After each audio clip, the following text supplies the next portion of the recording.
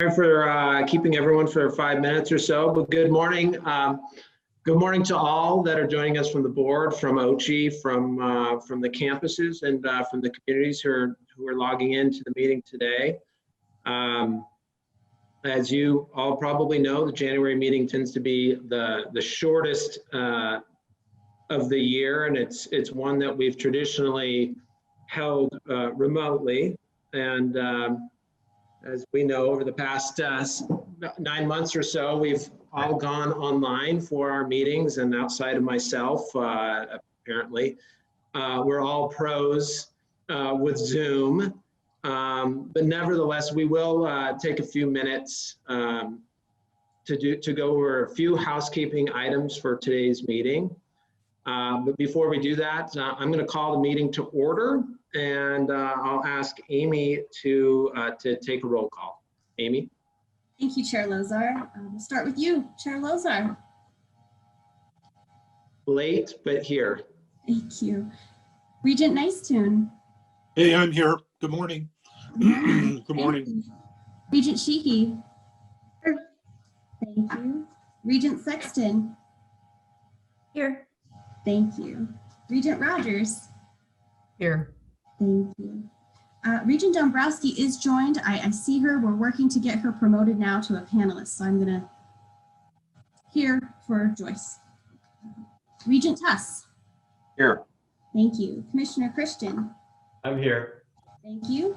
Governor Gianforte is excused from this meeting, and Superintendent Arnson is with us today as well.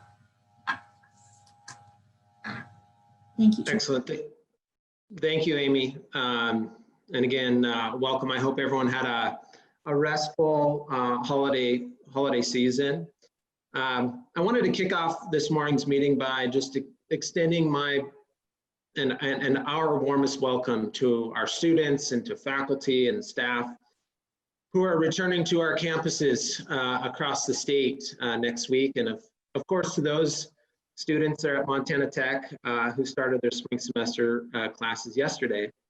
And on behalf of the board, I wish all who are studying and working on our campuses a healthy and productive spring semester and a healthy and productive year. And I want to again thank everyone for making this possible during the pandemic, that we have a resident experience in higher education in the state of Montana. The willingness of our students to wear masks, to social distance, to sacrifice some of the social norms of college life made everyone's success possible this last fall. And I'm sure that will be the same as we start the spring semester.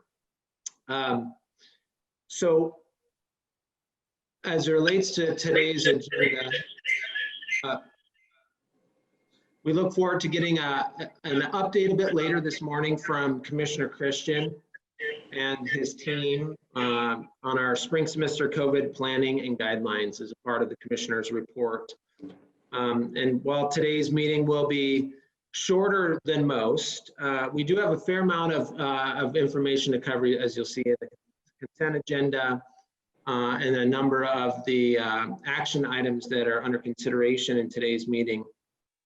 Including a request for approval for spending authority for COVID relief funding and 2 remodeling projects that continue to happen at the University of Montana.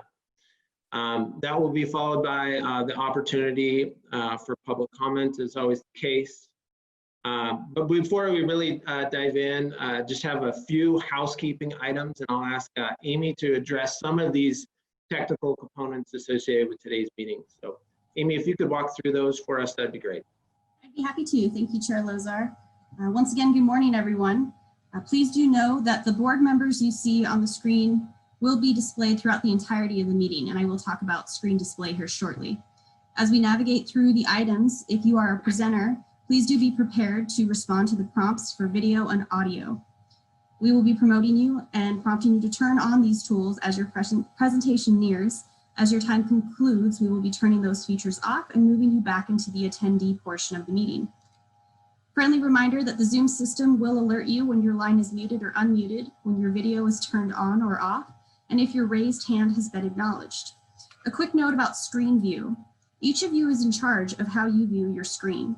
In order to view both the agenda and all board members, we encourage you to select the View Options Side-by-Side mode. This will open it looks like a bar with a navigation slidey tool, and you can then slide it over in order to see all of the active videos. This should help ensure that you're able to see each other clearly.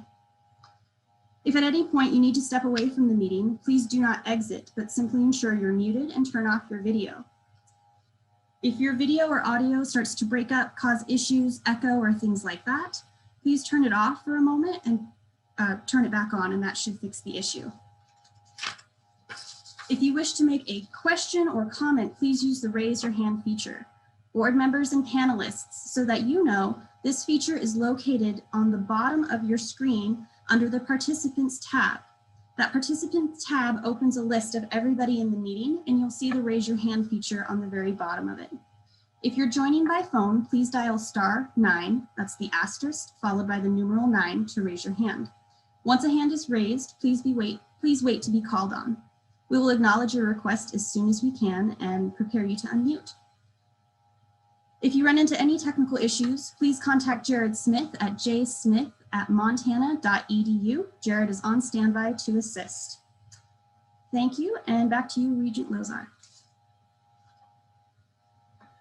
Thank you, Amy. So let's dive in. The first item on today's agenda is approving our November board meeting minutes. I will entertain a motion to approve the November's meeting minutes.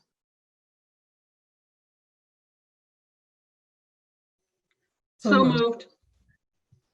I believe moved by Regent Sheehy. Is there any discussion or corrections from members of the board?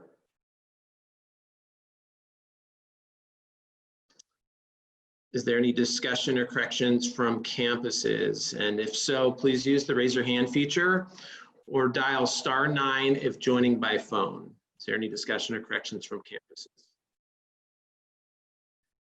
Is there any public comment? Again, if so, please use the raise your hand feature or dial *9 if joining by phone. Is there any public comment?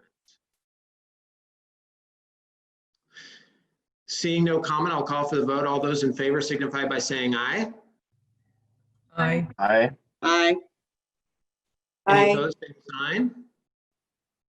Okay, motion passes. We will jump over to the commissioner's report. Commissioner Christian, the floor is yours. Thank you, Chair Lozar, members of the board. Thank you once again for being here and gracious gift of your time to the Montana University system. Much appreciated. I too would like to extend a welcome back to our students, faculty, staff. As our students now approach almost a full year of pursuing their degrees in the midst of a pandemic, it's ever more present and appreciated the remarkable diligence and resilience that they've demonstrated alongside with the campus communities to get where they are today. We've learned a lot over the last 11 months, and it's been challenging to grow in ways that we simply couldn't have imagined a year ago. It's said that necessity is the mother of invention, and I believe and I hold out great hope that we'll reap the benefits of the lessons that we've learned over the pandemic, and they will find their way into the mainstream of what we do every day in higher education in a very positive way. But as we've discussed in recent months, we've also come to value more than ever the in-person teaching model that our campuses truly were built around, that they're designed for, and that we know is so critical to student success, but also student access, in particular, how it affects equity amongst Montana students and beyond. So it's why, to be honest, we're planning for a spring semester that looks very much like fall, with an emphasis on in-person instruction, supported again by remote learning options, new modalities that we have come to grow into and appreciate over the last 11 months. And then, of course, with evidence-based safety protocols in place, we'll continue to do the things that got us through the fall and the spring. We've got more to say about that and how we'll be handling spring. And I'll call on Deputy Commissioner Tessman in a few minutes to give us that COVID update and let us know what the Healthy MUS Task Force has been up to and their guidance to help shape this semester. My office will also continue to work with congressional delegations, the governor's office, local health officials to ensure that we're securing all available resources and that we're using them as effectively and efficiently as possible to support our students, our campuses, and the communities that they're in. That's an important partnership that we need to continue to support. On that front, the Omnibus Bill and the COVID relief bill were signed into law last week, at least I think it was last week, on the 27th. And there's certainly, again, support for students and institutions in those federal bills. You know, the bill itself is thousands of pages long.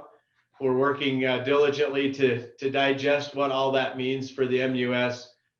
But we also have, as Chair Lozar mentioned, some spending authority that's necessitated by these additional federal funds coming up in the budget portion as an action item. And so we'll have Shauna Lyons brief you in more detail of what the federal resources are or what we think they are coming down the pipe.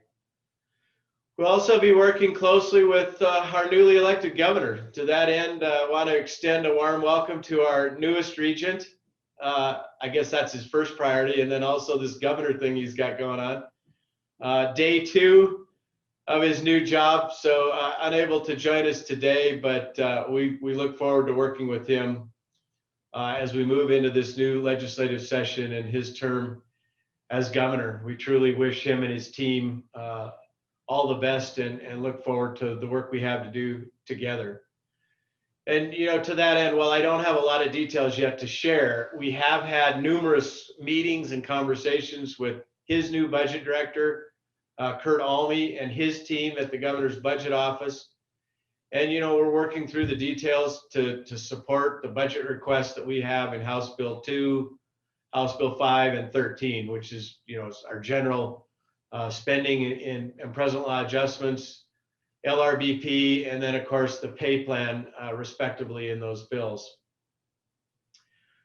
It's also day 2 for the 67th legislative session, and I want to thank each and every one of our lawmakers, old and new, for their willing to take on this responsibility of setting policy that affects all of us in Montana, but most certainly policy that affects the Montana University system. It's not a small endeavor for those individuals to get away from their own work and family and spend the time that's necessary to work through this process every other year. So we appreciate the sacrifices they make and thank them. Look forward to working with them the next 90 days as we move through this session.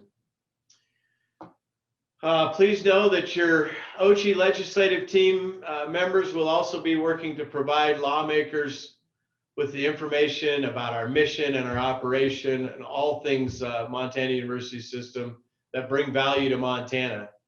And this team is working hard to keep them apprised and answer questions, but also we will work to keep you all apprised and try to answer your questions as we move through this session, so you can have meaningful input into this process as we move forward. In addition to the normal cast of characters, as I like to say at OCHI, we've also recruited Janelle Booth, who's serving as Interim Director of Government Affairs at MSU. She'll be working very similar to Tracy Ellig's role last session to help coordinate our efforts, help coordinate with our legislative partners, and bring information to the campuses, campus communication teams, and all of you. So we look forward to Janelle's work and welcome her to that role. Well, it's only day 2 has a remarkable feel of the pace already. And to that end, there's hearings scheduled this week, hearings for the MUS scheduled starting tomorrow. We'll have a few thousand LCs drafted and a few bills, and we'll track a number of those. But I've asked Tyler if he would give you guys a brief update on what we're seeing, given we're 2 days in, but what's on the immediate horizon and sort of our approach as we move forward. So Deputy Commissioner Trevor, if you are on, give us a little update of session activity in the first 24 hours anyway. Thank you, Mr. Commissioner. I am on, and I hope you all can hear me. One of our major tasks here at OG is on a daily basis, we convene a tracking group, bill tracking group, and we review the most current list of bills that have gone from draft form into actual bill name and number, and eventually get scheduled in a committee. So I'm just going to give you kind of a visual picture of what that looks like right now. As the commissioner indicated, we have hit the ground running. We woke up Monday morning with 30 bills that have already been drafted and on our list. A few of those already have hearings as early as tomorrow.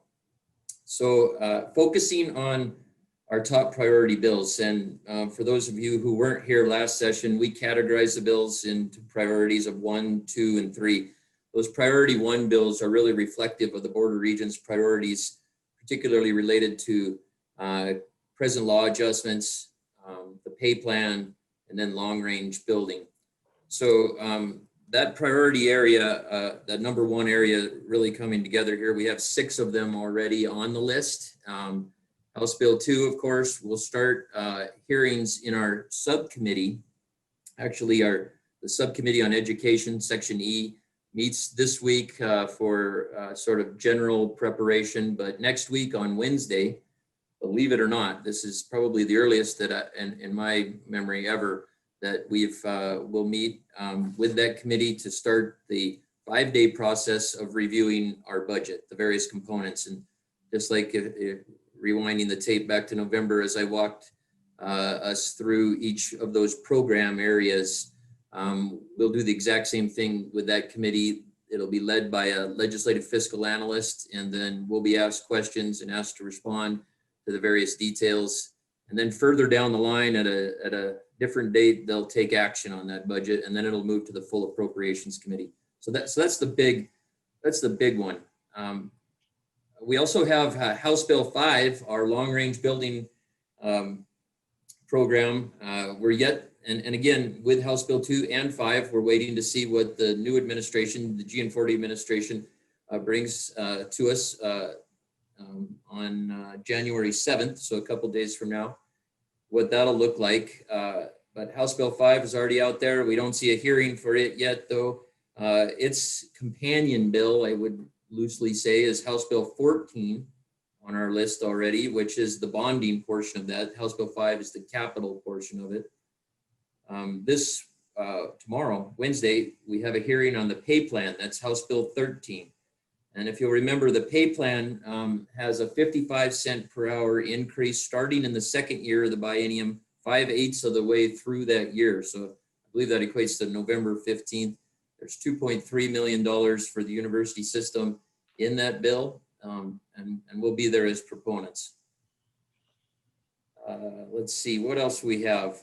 House Bill 67 is a priority one for us. That House Bill 67 is a bill to revise the community college funding formula and actually the process and procedures that are in law for developing a community college and approval of budgets by the regents. It's a kind of a holistic look at pulling all those parts of law in together into a more cohesive package. We've worked with the Interim committee on this and the community colleges throughout the last year or so. Lou Jones is the sponsor of that.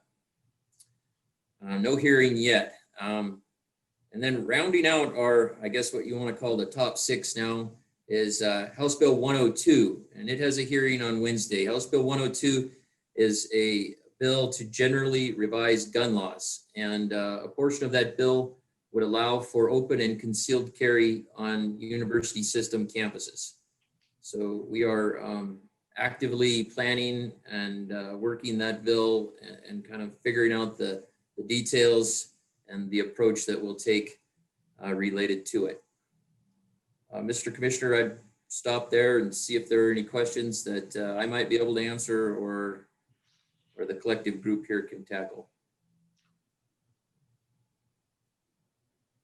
Yeah, I'd ask the same. If there's any questions on any of those, obviously we're new into it.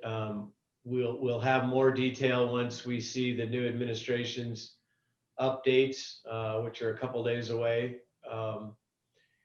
Those changes, really anything's on the table. So we will just really have to wait and see what we're up against. Looks like maybe Regent Sheehy has a hand up there. I do. Tyler, is there anything that we should do as far as identifying our policy with respect to House Bill 102 and the gun issue on campuses?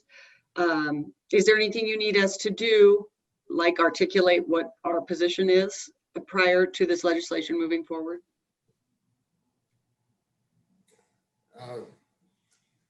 Regent Sheehy, I believe that we're formulating our approach, taking into consideration past conversations of this board. We've had this bill in front of us before in previous sessions. We are sort of have everything on the table at the moment, given the fact that it's the third day of the session. This came up on us very rapidly, but we want to take a measured approach to this very important topic for the university system. So that's a long roundabout way of saying it's fluid, and we'll be in contact with the various leaders throughout the system to take the appropriate approach. Thanks, Tyler. I just want to say that I think this is a very important issue because it impacts the regents and the board's constitutional right and obligation to oversee the campuses. So to the extent that our involvement is needed sooner rather than later would be helpful. Yeah, if I could, Regent Sheehy, to your point, which is a great one. I think we've identified all of those concerns in previous legislation. I take board policy in itself as a bit of an articulation of what this board's intent is. I guess to what extent our written board policy that allows the board to regulate how guns are used on campus, gives the campus some instructions as to what is allowed. I take that as the guidance that we need. I guess to what extent that is no longer accurate or prudent, then we would want to revisit that quickly. But I think as we have in previous sessions, we take that as the guidance from the board as what we think is appropriate on campus, and we'll work to defend that position. I agree, Commissioner, and just believe that this is one area where it's really important for the regents to speak. And while with respect to all budgetary items and everything else, I think it's great that OCHI represents us and represents us well at the legislature, but I think you're in a little bit of an odd situation with respect to oversight of campuses because it is a constitutional duty. So I raised that at the beginning, as we have in the past, and asked for the same consideration. Yeah, and I think if there's further comments or thoughts on that bill in particular, given the timing and given how quickly it's moving in the legislature, I think today it is a great day to give us additional information or thoughts or opinions from board members, if you want to weigh in with those at this point.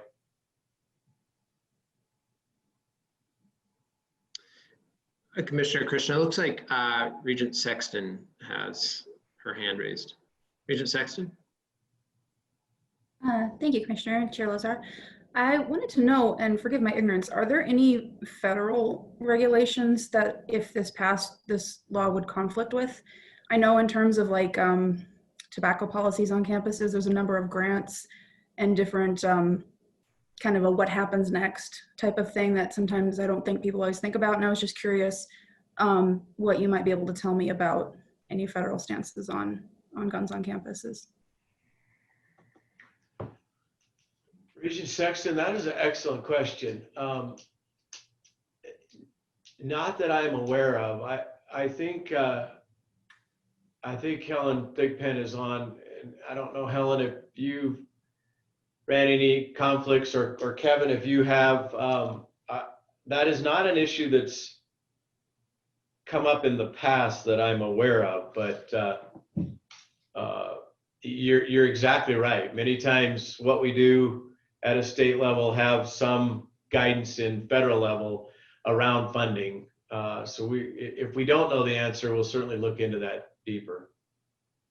Okay, thanks. Regent Sheehy has a hand up. Sorry, I can't see everybody. Yeah, Regent Sheehy.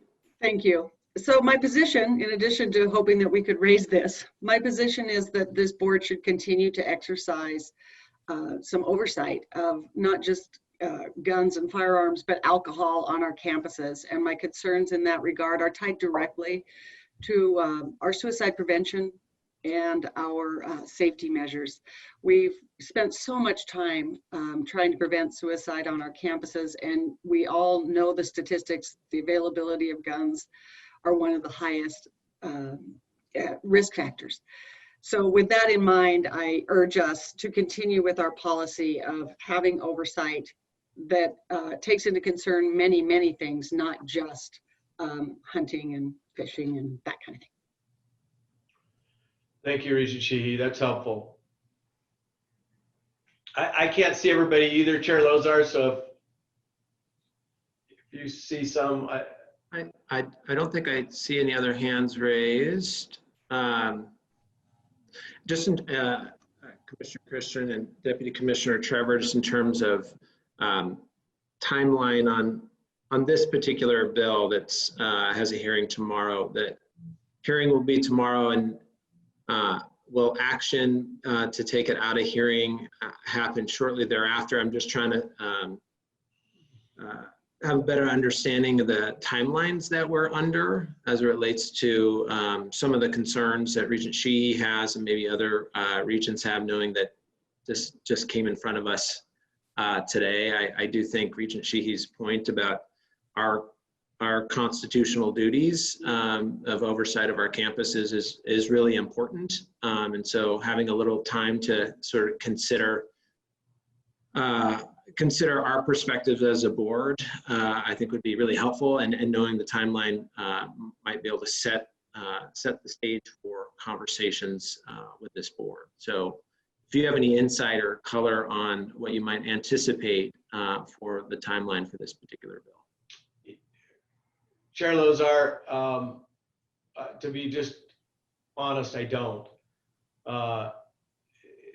It's fairly early for this bill to be up and have a hearing already, which is perfectly fine, but I don't know if that indicates it will move quickly or what. It in a normal course would spend a little bit of time in committee, and they would take action somewhere down the road, and we'll just continue to follow it closely and monitor the progress and seek communication and guidance with you and Regent Tuss's leadership and broader if we can as it moves forward. But I just don't know what the schedule is going to look like yet. And to be honest, with Zoom and all things going on pandemic, it's really hard to guess what the flow and progress of this session will be at this juncture, but it's certainly on our list. We will watch it closely. I think we've got direction,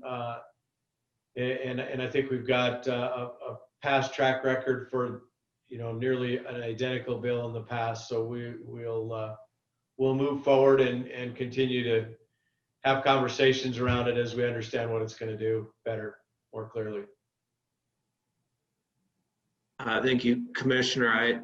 I know we've got 6 priority bills already in front of us. I guess I would just ask that as you continue to update this board, that you put additional emphasis on updating us on the progress and the conversations happening with House Bill 102. And as Regent Sheehy mentioned, please let us know, what support that we can lend OCHI as this bill is being considered going through the legislative process. Thank you. Go ahead. Sorry. I was just maybe just switching gears to one of the other legislative priorities or priority bills. Deputy Commissioner Trevor, if you could provide maybe just a little bit of really basic framework for the community college funding formula. I think it's House Bill 67, what that looks like and what the difference is from prior funding formulas. Thank you, Mr. Chair. Yes, I can. So the basic difference is the current community college funding formula hinges on a fixed cost calculation. And that fixed cost calculation would transfer forward 75% of the base into the new biennium. And then 25% of their budget was then calculated on a variable cost. And there was various formulas associated with that the legislature would approve a funding per FTE amount. And it just had grown over time from various legislators that formula was not indicative enough of the changing times. It just basically added on an addition and didn't reflect operational needs. So an interim committee took a look at, and actually it's by statute that every 6 years they have to take a look at the formula. Took a look at the formula and came up with what they deem as a base plus model. So just in your mind, in the broadest concept, I guess, just think of that, moving more towards base plus, not necessarily in the sense that the university system is in a base plus model, but a little bit more like K-12 is in a base plus model. So this new model, while it does hinge upon FTE and FTE increases, it applies an inflationary factor similar to what K-12 ends up receiving, that the legislature determines first to provide any increases. And then it takes FTE increases and weights them, increases or decreases for that matter, and weights them into 3 categories. And those categories are CTE. So you get an extra boost. If you increased your CTE by 30 FTE, you get a multiplier effect that would provide you increased funding support per FTE, which is like $6,000 per FTE. If you went down, it takes you down, not the equivalent amount, but $3,000 per FTE. So there's this upswing and downswing based upon the type of FTE that you have and the increases that you received. And so the other type of FTE are dual enrollment, and then your general transfer type courses. It was done to help simplify that formula and have it, I guess, align more with what folks had recognized in K-12 as a good method.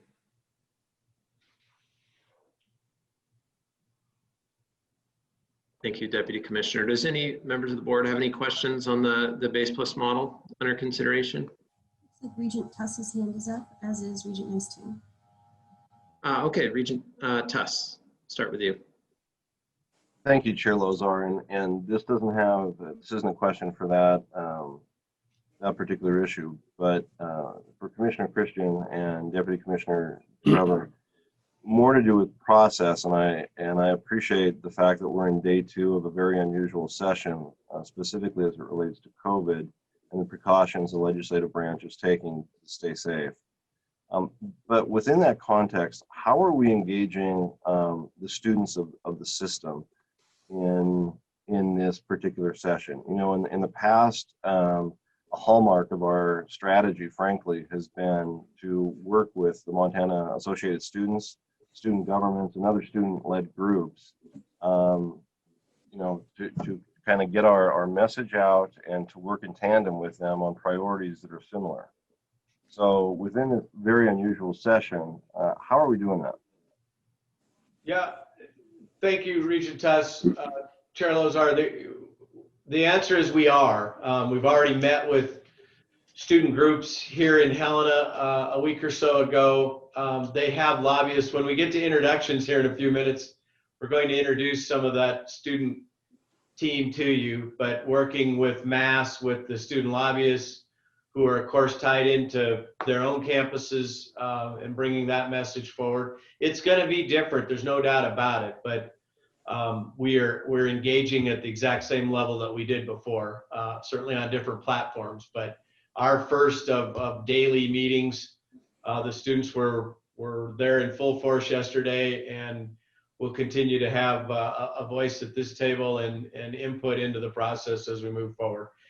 Great question, and one that rest assured will make certain students and their voice across campuses are engaged, as they have been in the past, at as high a level as we possibly can.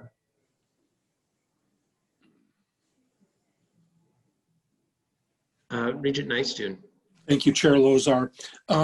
Is there any way, Mr. Commissioner, and to determine with House Bill 67, what changes financially? I mean, is this a net takeaway from state funding and support for the community colleges under the new formula as being proposed, or is it revenue neutral, or does it actually, for some way, put more revenue into the campuses, our 3 community college campuses?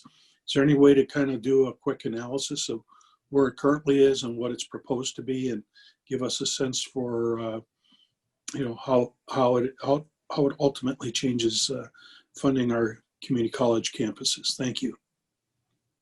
Yep, Regent Nystuen, that is exactly what we've done. In fact, we are the responsible agency for producing the fiscal note on House Bill 67, and we have done so. So with that in mind, I know that this coming biennium, the community colleges will be held harmless. So we basically say no budgetary impact on them from this formula. It would be not until FY 24 and 25 that we see the effects of the formula. And the primary, so you have to make assumptions in order to figure out what it would look like. But if we took enrollment and we held it flat, and we made other assumptions on the inflationary cost adjustments, I believe 2%. I know Shauna is probably on here right now listening to me and cringing a little bit, but this is a pretty general description of the work that she did.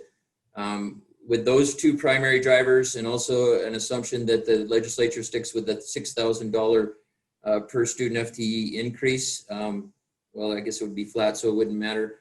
I believe it's a $1.5 million increase to the community colleges in each year of the biennium.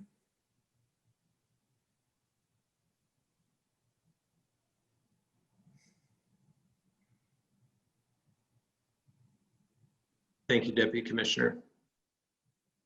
Any other questions for Commissioner Christianer's team on the legislative update?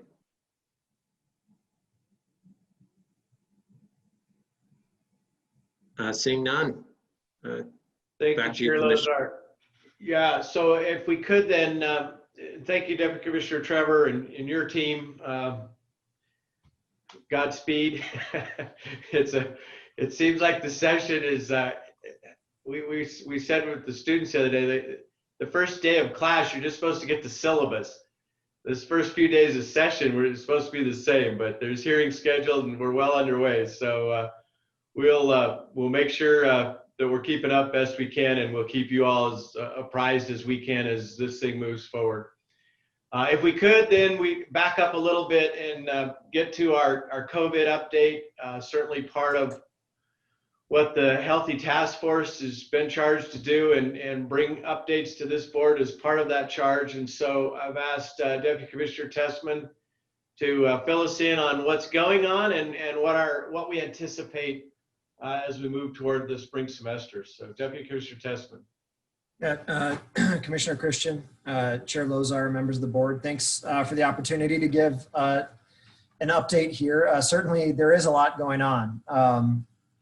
Felt like we got Thanksgiving Day off, maybe that Friday after Thanksgiving to kind of take a bit of a breather, but there's been just a lot of activity over the winter in terms of getting us ready for the spring. And I'll just echo the thanks that Chair Lozar and Commissioner Christian gave to everyone across the board for the work they've done in making the fall possible and getting us ready for the spring. And I mentioned that it has been a busy winter, and gosh, it's wide ranging, but I'll tell you, even in terms of coursework, we did offer a series of winter session courses across the Montana University system. And while we're still waiting to assess the full impact of those winter sessions, initial reports are that they were very successful. I think at Montana State University, around 2,000 students took winter session courses, which is, I think, a number that exceeds even what our expectations were. So we'll wait and see about the impact of that, as well as the impact of our retention and engagement efforts over the winter. It was, of course, a bit of a longer break over the winter for our students and for our faculty. And so we took special care to stay engaged even more than we usually do during the break. And the Healthy MUS Task Force was definitely engaged over the winter, both the task force members themselves and their campus networks. One of the things we did last spring when we set up the task force, that we asked each campus representative to develop a campus network of anywhere from a dozen or so individuals to, in some cases, close to 100 individuals on our larger campuses. And as we looked to update our planning guidelines, we had all of the task force members go back to their campuses and ask for a reassessment, comments, insights, feedback. And we've done that process throughout the winter, and we are now very close to issuing an updated version of the MUS planning guidelines for COVID response. And of course, there are a number of updates. Nothing I feel that rises to the level of a major pivot. Some increased emphasis on mental health support, certainly supporting students and serving them if they fall ill and are quarantined or isolated, and some clarifications of things that just have changed since last spring when we first issued those guidelines. You can expect to see an update of those guidelines actually within the next 4 or 5 days. Certainly, as we think about coming back for the spring, as Commissioner Christian mentioned, we will extend our emphasis on in-person instruction and in-person student life.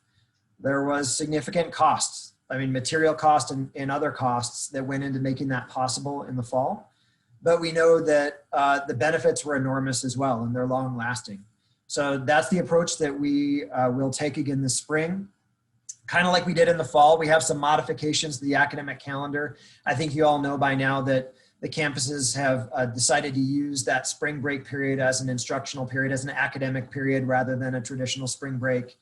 The campuses are trying to minimize the amount of time between their semester start date and their end date. So we have some campuses starting at slightly different times, but they're all going to try to move through the semester as quickly as possible in the name of academic progress and in getting students toward completion as soon as they can.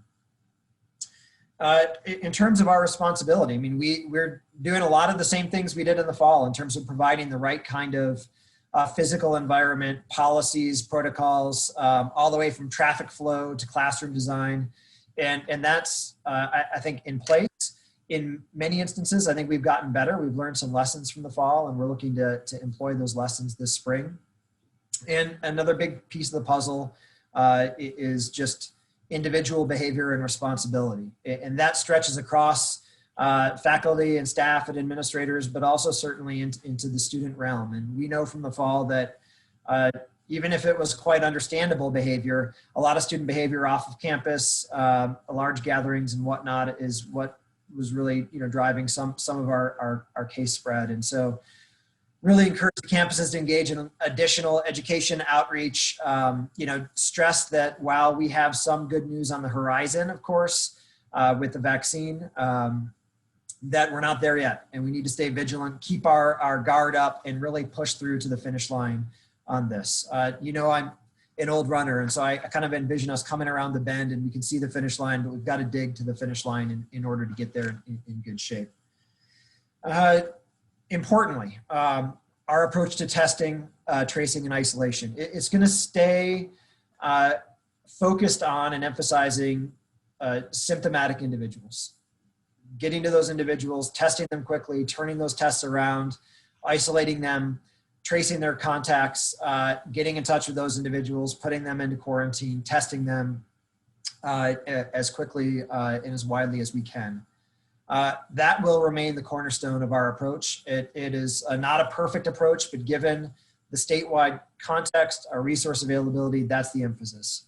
However, we've been working feverishly over the last month or so with our statewide partners, with a number of different campuses, and we are in the sort of finishing stages of a plan for targeted return testing. So being able to offer in a targeted kind of limited way, return testing for students as they come back to campuses this spring. And our focus will be on our residential campuses. That's certainly, I think, where we see the greatest need. And the priority will be on students, you know, in the residence halls and living in those congregate settings. We don't have the plans finalized yet, so unfortunately I can't get into too much more detail on it, but we're really thinking about how to use existing resources as wisely as possible. We're trying to focus on ease of use, something that can be deployed across our system easily with our existing capabilities. And as much as possible, of course, we want a quick turnaround, rapid response, so that we get information as quickly as possible. I very much hope that in the next day or so, we're able to finalize those plans and send out a communication. Just working really hard to get there. And I really appreciate all the input we've received from campuses across the board, and certainly, again, trying to do this in close cooperation with our partners across the state. I mentioned some light at the end of the tunnel and kind of turning the bend, coming for home. Vaccinations. Vaccinations, you know, of course, that initial phase well underway. And I think, like everything COVID related, some hiccups, some bumps, but we've seen our state move through that initial phase. Commissioner Christian, Deidre Murray from our office are on that vaccination task force. So much depends on when the next deliveries come, how the state plan interacts with local public health offices and some of the decisions that they make. And our campuses really, I think, more or less should be viewed within the state plan, and they should be viewed as part of their communities here. We'll see some differences across our campuses based on how the vaccines roll out and the attitudes and approaches taken by local public health offices. But we certainly are excited to see the vaccines take hold on our campuses. Our frontline workers, primarily educators and others on our campuses, certainly others with vulnerabilities, older individuals, have been targeted as part of that statewide plan. And I think there'll be more information to come in the next week there as well. I'll let my colleague, Deputy Commissioner Trevor, and I think Shauna Lyons and others talk about the COVID relief package. But suffice to say, none of what we did this fall would have been possible without state support and federal support. And that goes all the way from, you know, testing resources to making sure we have people that can get food to students who are in isolation or quarantine. It is so resource intensive, and I think we're very happy to see that initial COVID relief package go through. I know there'll be more details to come on that a little bit later. So a lot going on. Again, echoing thanks across the system. Certainly happy, Mr. Commissioner, to stand for any questions as the board sees fit. Thanks very much for the chance to give the update. Thank you, Deputy Commissioner Testament. I just echo on that, the last part about vaccinations. That is the light that we've been looking for, but it is a monumental task.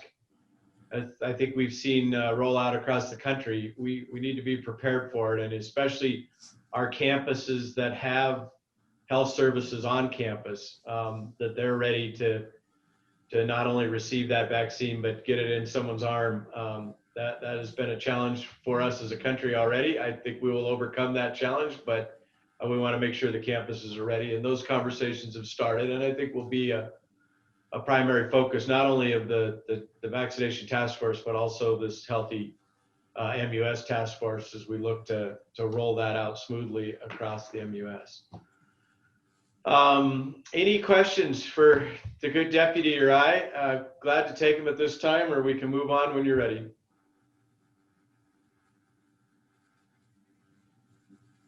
Regent Rogers has her hand up, as does Regent Sheehy. I can't see either one of them, so go ahead. Regent Rogers. Thank you so much, There we go. Commissioner Chair Lozar.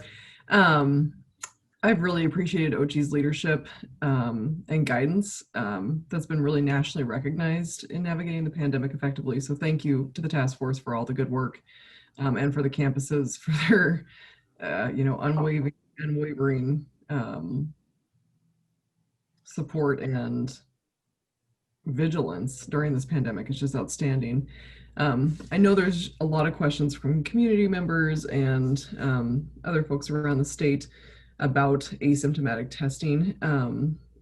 Deputy Commissioner Tessman, could you give us a little bit more information? I know a lot of our campus-based testing is really supporting our state-based testing resources.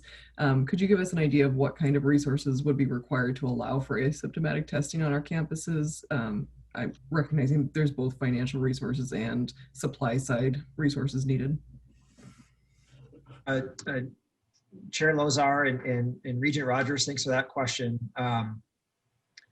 It is a heavy lift, I think, without question. And I don't think the commissioner would contradict me. I don't imagine anyone on the board would contradict me. If we had the ability to, across the country, we would test everyone every day. And I think that kind of holds true in Montana and in the Montana University system as well. So symptoms or not. This whole thing has been, well, I'll use the term juggling act. That may not be exactly the kind of image I want to conjure, but it's been a juggling act in terms of scarce resources and trying to get resources to the places where we need them most. And that led to our decision in the fall to really focus on symptomatic testing. The situation now is a bit different than it was in the fall. And actually right now it's not so different, but we know that we expect I think an intense period upon return. And so our goal in talking with our state partners was to actually roll out and is to roll out some asymptomatic testing. We feel like right now the best time to do that is close to student return to our campuses. And we feel like the best way to do it is to make sure that we're using resources wisely and to use resources that are, if at all possible, on hand. And so that's what we've been working with the state to secure, some on-hand testing resources that are easy to use. And by that, I mean that they minimize the amount of support infrastructure and technology and logistics that are required in order to roll out the testing regimen. And I have, and I know the commissioner has, all the faith in the world in our health centers on campuses that have them, and our administrators and our faculty researchers and our community. But the fact of the matter is there is a really complex infrastructure system that surrounds every single test that's given. So as much as we can use tests that are kind of plug and play and familiar territory, we're going to try to do that. And so that's what we built this asymptomatic return testing around. And I think the last question is who? And we really do want to make sure that we prioritize students that, look, may or may not, but may be coming back to our campuses with a bit higher of a risk level. And so focusing on students that are living in congregate settings in our residence halls seems wise, given our scarce resources. And then focusing on students who are returning from outside the state or other high-risk areas seems like an important use of our resources. So we're trying to kind of focus in on that approach, recognizing that it's not perfect, but it actually is, in my opinion at least, a big step forward for us. And when we get through this initial kind of targeted return testing plan, I think we'll then just reset the clock and start thinking about how we can, engage in additional measures down the road. But it really is kind of a one day at a time type thing based on what's available through the state. And I'm happy with what seems to be coming together. I'm anxious to get the plans finalized and to share them with our campuses and with the board, of course. Regent Rogers, I would add to that, and it's not one day at a time because we're not having those conversations, but it really does have to do with volume and how that works. Our partners at the state have been incredible, providing resources as they're available. But it's never lost on me that we're the second or third largest city in the state if you combine the MUS. So, the balancing act is that we don't want to overwhelm the state system with asymptomatic testing and then fall behind on symptomatic testing to where we're not doing the job that we need to in terms of rapid response and quarantine and some of those. So it's a balancing act that will change.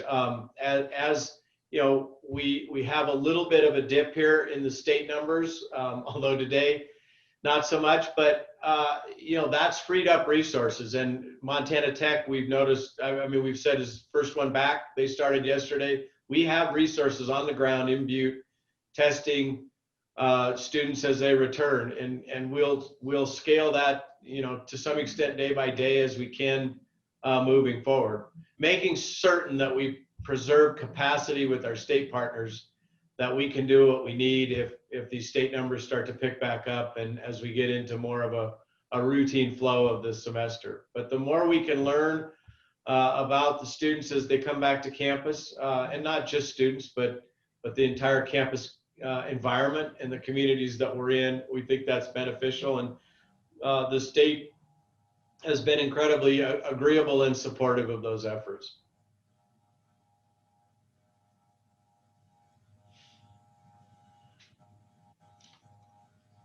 Regent Sheehy. Thank you, Chair. I have been very, very proud of the Montana University system and all of our campuses' contribution to the efforts to fight COVID. We've had scientists doing work, we've had all sorts of help, and Brock, you not least among them by any means. But being that we are maybe the second largest city, as you said, Commissioner, we also have a role to play in the vaccination process. It appears to me that one of the huge problems with the vaccination rollout is that once you get past groups that are in one place, like the hospitals and the first responders, it's very difficult to communicate to large groups, and it's very difficult to get them to the facilities they need to get to.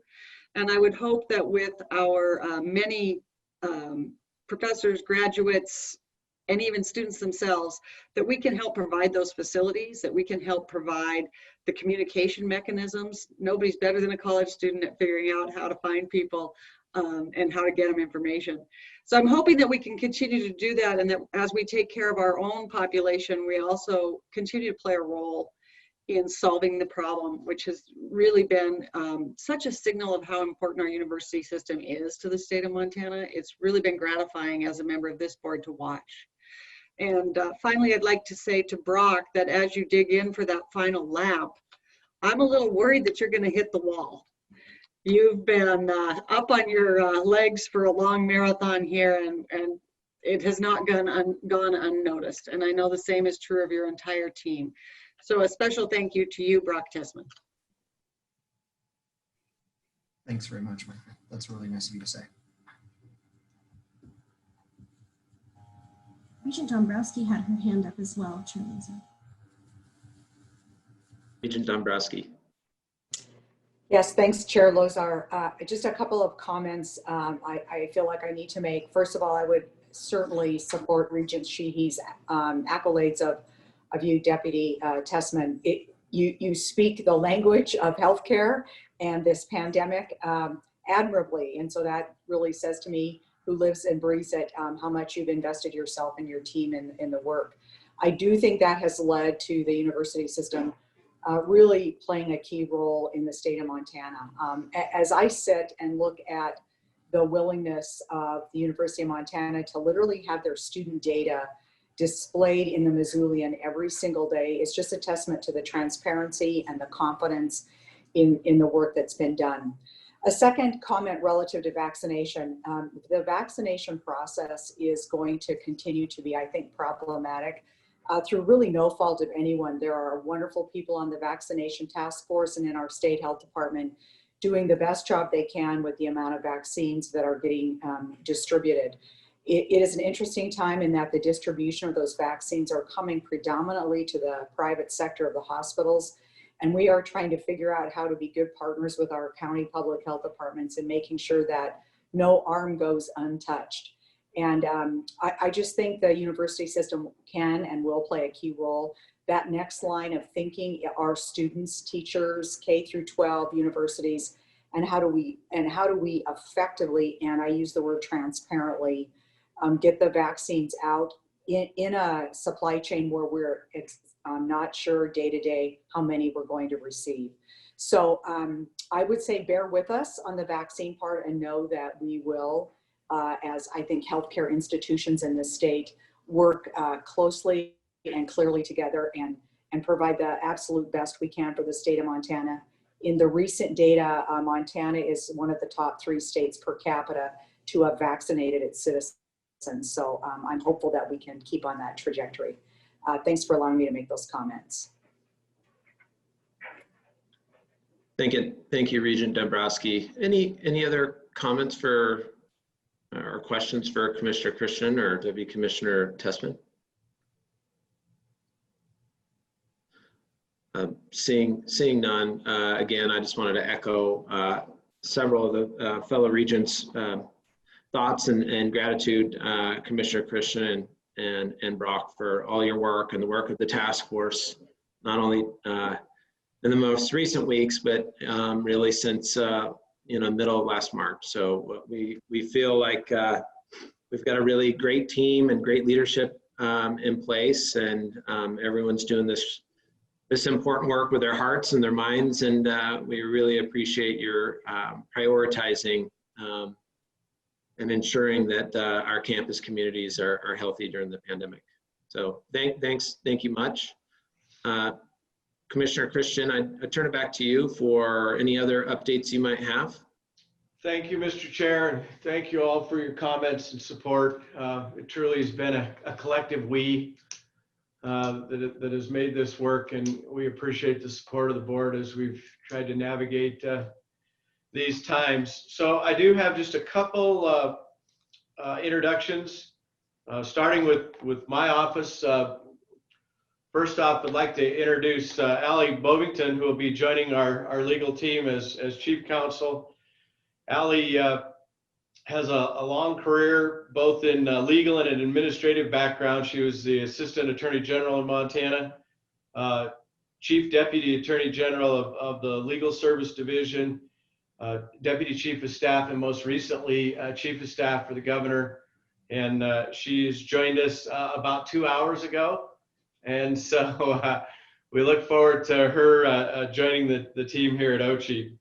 And then also a face which you'll see more and more of all the time, Marla Stark has joined the OCHI team as an administrative support manager. Her primary responsibilities will be working closely with and assisting Amy in all the work that she does with the OCHI cabinet, legal, HR, in supporting the work we do here, but then supporting all of you at the meetings and coordinating those efforts as we move forward. So welcome to Allie and Marlos to this team. And then I wanted to turn to the students. I think Amy's got them queued up to be able to come live here, but we would like to introduce the student lobbyists from around the MUS.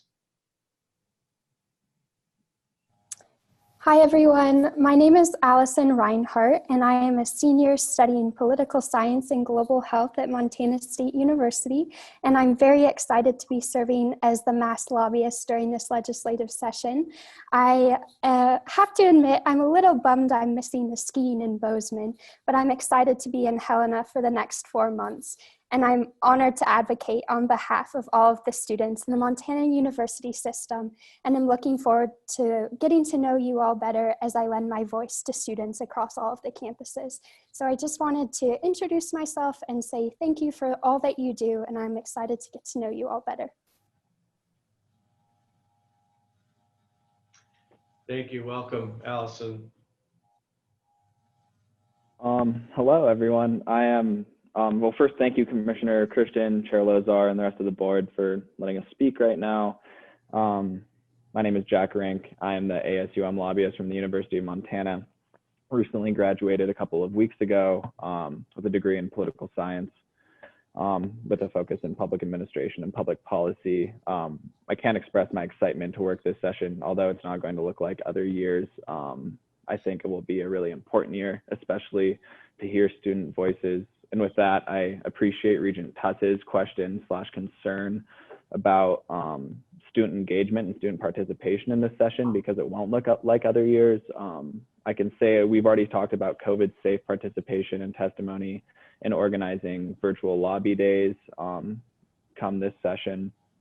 And then I guess overall, I'd like to thank the folks at OCHI already. They've really opened up their doors to us. We're actually in their conference room right now. And looks like we'll be spending quite a bit of time here throughout this session, because spending a lot of time at the Capitol might not be as feasible as other years. But overall, yeah, really excited. I invite any of the regents individually to reach out to me. You can find my contact information online, or I might reach out to you. But yeah, I have an open door. If there's any issues you want to take up with me or interested in any of my or University of Montana's priorities for the session, I'm more than happy to talk, sit down, grab a cup of coffee, have a Zoom call. I'm very excited. So thank you so much. Thank you, Jack. Welcome. Good morning, everyone. My name is Rachel Schmidt, and I actually graduated from Montana State University last May. I like to say that I was a member of the first class of COVID-19. It just makes it a little bit more, I don't know, funny, I suppose. But I was actually proud to receive a Bachelor of Arts in Political Science and a minor in Spanish last May. And now I have the honor to serve as the lobbyist for the Associated Students of Montana State University. It's a position that I'm thankful to hold. I'm eager for the challenge that this session will pose. And I'm eager to work with Allison and Jack and OCHI and students across the state to make sure that our voices and our interests are heard at the state level. So thanks again for allowing me to introduce myself. I look forward to working with all of you. Thank you, Rachel, and welcome. I think we also have an introduction from President Bodner. President Bodner. Bear with me, I will get him up here.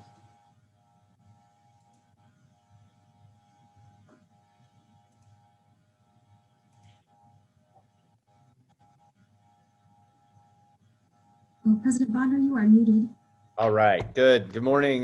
Thank you, Amy, and thank you, Mr. Commissioner. I do have one introduction. I am very pleased and honored to announce Dr. Lori Bajewski as the new dean for our College of Arts and Media. She started just a couple of days ago on January 1st, and she joins us from the University of Colorado, Denver, where she was serving as the Associate Dean for Research and Strategic Partnerships. Dr. Bajewski holds a Doctor of Musical Arts, as well as a Master of Music and a Bachelor of Music from Stony Brook, the University of Michigan, and Cal State Fullerton, respectively. She has a tremendously successful track record of in traditional academic roles, as well as in interdisciplinary program development, working both in educational institutions and in the private sector as well. So we are so excited. Dr. Bajewski presented a compelling vision for the future of arts and media here at the University of Montana, and we are so excited to welcome her to the University of Montana family. As Dean Bajewski officially takes the reins, I do want to take the opportunity also to thank Professor John DeBoer. Professor DeBoer is just an incredible institutional citizen here at the University of Montana, having in the past served as our faculty senate chair, and who served incredibly admirably as our interim dean for the past about 2 years, and just did a tremendous job. I know he is very excited to have Dean Bajewski joining, or he can go back to the classroom full time. And I just want to extend my deep gratitude to Dean DeBoer, and now once again Professor DeBoer. So very exciting week here for the College of Arts and Media at the University of Montana. Thank you, President Bodner. Welcome, Dean Bajewski, and I too extend thanks to Dean DeBoer for his work. You left out the most important one. Is on the presidential search committee that brought you here, President Bodner. Yeah, I don't know how many people we want to publicly thank him for that. I want to protect him from people being reminded of that, perhaps. I appreciate that. I believe, Amy, if I can get a thumbs up, I think that's the end of the introductions we have in the queue. Yeah, perfect. So, Mr. Chair, with that, I believe I've come to the end of the list, and we are ready to move on. Thank you, Mr. Chair. Thank you, Commissioner, for a thorough report. And I too wanted to welcome Allie and Marlis to the OCHI team, and wanted to thank Allison, Jack, and Rachel for committing your time to the legislative session to bring a student voice to the conversations that are really important. And welcome Dean Bajewski. I'm sure President Bodner is excited to have you on board. Next up on our agenda is remarks from Superintendent Arntzen, who I believe is on. Superintendent Arntzen, the floor is yours. Good morning and Happy New Year, Mr. Chair, Regents, Commissioner, and all that are staying attuned.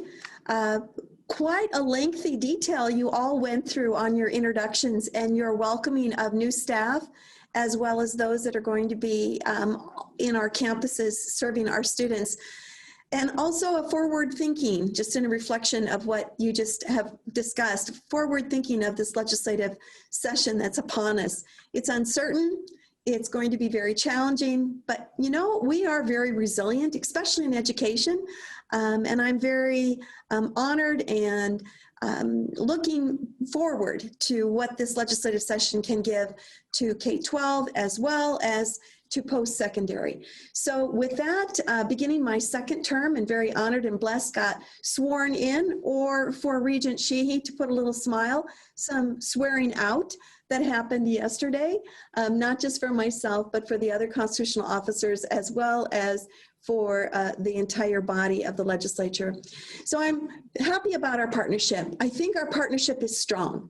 Partnership meaning that how we work together, new legislative branch, new governor, new officers everywhere. I believe that our partnership that we have begun 4 years ago is going to be blossoming. It's going to grow even stronger roots as we move forward. I do know that it all begins in a conversation. So I'm very honored that I get to be part of this with you. Just to share where we are at this point, we reenacted our learning and flexibility task forces. There were over 100 people that we brought together, Montanans, students, families, teachers, teacher leaders, to see exactly what the virus might have an impact in our K-12 world. We've reactivated that and looking to see how the last 6 months in this new school year have been. So we're just doing some research on that. We also are looking to see that the Board of Public Ed has granted us the flexibilities to look into some of their rules. And I know I may have shared this in our previous discussion, but I just want to share that one of these specifically impacts the university system, and this is our teacher prep programs. and we have 10 of them across our university system. And this is the rules that deal with Chapter 58. We are doing a research right now. We have hired an external group, Education Northwest, that I'm sure have done things for the university system as well. So it is just reactivating a partnership with them. We will be talking more about that externally, but right now we're looking at research and review to see exactly how it is we can create teachers, not just create teachers because of COVID, but create teachers that are resilient, that will move our students forward in learning into your classrooms in post-secondary, as well as out into any kind of career world that they might need to be in. Yesterday, we had a panel of students. I had an 8th grader on that was so reflective on where learning had been for her. She was out of Conrad. We had a superintendent out of Roosevelt County. For those of you geographically, that's way up in the northeastern part of our state, as well as a principal from Laurel, right out of Yellowstone County. And we had a parent out of Helena. And what I want to share on that is they all talked about the social emotional learning and what is happening with our students right now that are in, whether they're in a remote world, whether they are in a blended world, or whether they are back in a traditional classroom. And these are our children under 18 that we're talking about. But I'm sure that if we could reflect in our partnership, what does social emotional learning look like on campuses? Making sure that our students across our state are embraced with whatever needs that they might need because of the isolation factor of the virus. So I believe it's extremely important upon us to strengthen our partnership in working with social emotional needs. I know I've opened that door with Idaho, and maybe this is something that we could work even stronger with our campuses here in Montana and the campuses in Idaho to strengthen what it looks like for our students in that very isolated world. So we can be healthy, both in physical health and mental health as we come out of this pandemic.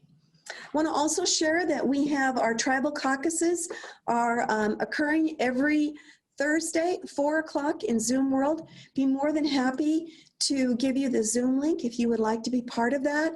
That is every Thursday, 4 o'clock. And because of the COVID protocols, we are in Zoom. I do have an education caucus, 7 o'clock every other Tuesday morning. And these are discussions with legislators, but they're very transparent and very open. And I believe that we could also partner in an agenda item as you move your legislation through that will definitely impact not just secondary, but a P20 look to embrace all of our students from the moment they enter public school to the time that they leave one of your esteemed campuses. I also want to share we have some Rotunda events, and because of COVID protocol, we'll be moving our first one outside.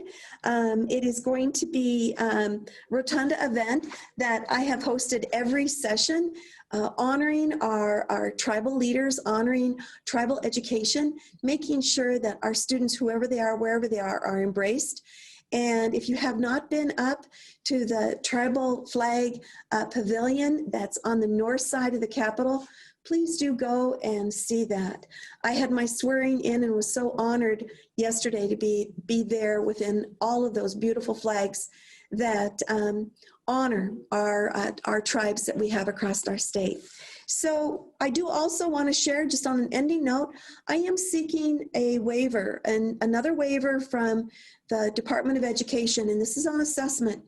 I assess students from 3rd grade to 8th grade with a vendor called Smarter Balance. And we've been really working with that vendor to see how it is that we can have tests that are delivered securely in a remote world. They are and have traditionally been done digitally. But the other test that we have is something that we share in a partnership, and that's at ACT, the vendor of the ACT. So I know we've had ongoing discussions with the Commissioner's office in what this might look like this spring in the deployment. We had a very profitable 2 deployments in October on the 6th and the 20th of this previous year. And if I ask for a waiver, it will definitely impact the ACT deployment. So we need to have more conversations, and I know we will. Like I said in the beginning, our partnership is strong, and we have a lot of fruit that will be growing from our strong roots and the things that we have planted in the last 4 years. So with that, Regent Lozar, those are pretty much my remarks at this time. I do want to end by saying that I'm very positive. I'm very hopeful moving forward that the remainder of this school year for our students and for our staff will be a healthy one. Not only healthy in mind, as I've talked about with mental health, but healthy in physical health and in spirit. Montana, we're resilient. And we're teaching our students something they've never learned before, and that is to be flexible in the manner of learning and in how we learn. So with that, Regent Lozar and Commissioner, thank you so much for granting me this special time, and I'll stand for questions. With that, please all stay well. Thank you, Superintendent Arntzen, for the update and the report, and congratulations on being sworn in for your second term as the State Superintendent of Instruction. Thank you. I guess I would just selfishly also give a shout out. You talked about the flexibility of students in this new learning environment. Just a shout out to the parents as well, Yes. who are working through new routines and new norms. I'm one of them. I've got three kids, 3 of 4 that are in public school, and certainly if you can't hear it now, you can hear them running around upstairs, sort of fighting with each other. So I'm learning to be flexible myself. To just a shout out to all those parents who are working through a difficult time. Thank you. And Regent Lozar, it's about mental health for yourself as well and your family. So yes, I understand. Thank you for that. Thank you. Thank you, Superintendent. So let's move on to the next item in our agenda. Excuse me. Next item in the agenda is the consent agenda. We've got a number of different items in the consent agenda. The first couple being emeriti faculty, and then we've got 5 additional items for consideration in the consent agenda. 3 being updates to board policy, and then a couple relating to some authorizations on campuses. I'll ask at this time, is there any members of the board that like to move any of the items from the consent agenda to the action agenda?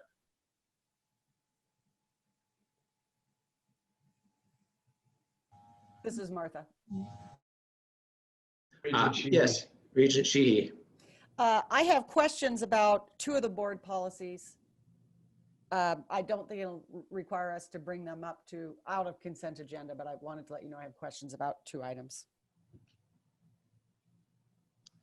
Well, the floor is yours, Regent Sheehy. Oh, you want me to go ahead and ask? Yeah, if you have the questions. Yeah. Okay.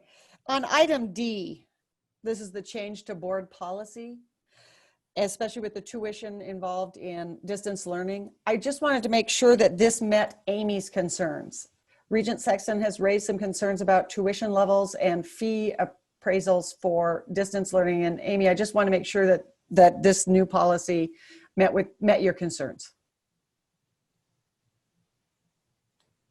May I say something in response to that? Yes, Regent Sexton. Thank you, Regent Sheehy. Yes, I still continue to have some small measure of concern that distance students are facing higher tuition, but I also understand that there's a lot of resources that are being expended to provide this level of, or this method of instruction. And so while I continue to have those concerns, I don't think that my opinion, I'm sure that I know people who know what they're doing have been looking these things over. And so I'm confident that that those things have been taken into consideration. So I guess that's a long explanation to a short yes, that I did look at it, and just based on some previous conversations that have been had, I think at this point it makes sense. So. And my second question is also about item D. I wondered if this change was COVID related due to the increase in distance learning during COVID, or if this is a solution that's been in the work for a long time and that we're looking at overall our distance learning policy, or if it's a combination of the two. I just wondered the genesis of our policy change.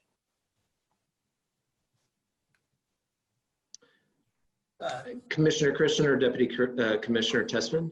Yeah, I was trying to see if, or maybe Tyler knows, is closest to it, but